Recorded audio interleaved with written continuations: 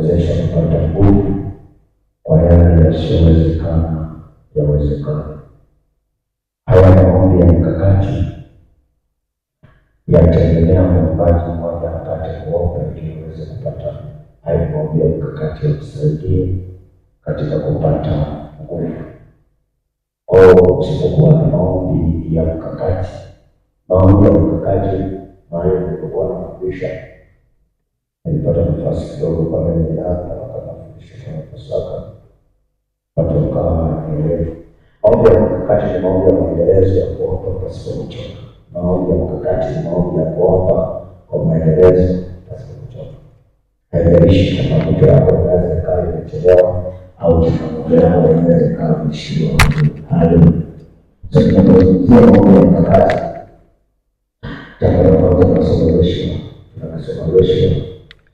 ile sura ya 21 mstari wa 15. Lakini pia Musa alipokuwa katika Waebrania sura ile Waebrania 11, Musa alipokuwa mtu mzima alikataa kuitwa binti mtoto wa Farao, alikataa. Ili kulikuwa na maombi ya mkakati. Unapokuwa na maombi ya mkakati, kuna vitu vinaweza kuleta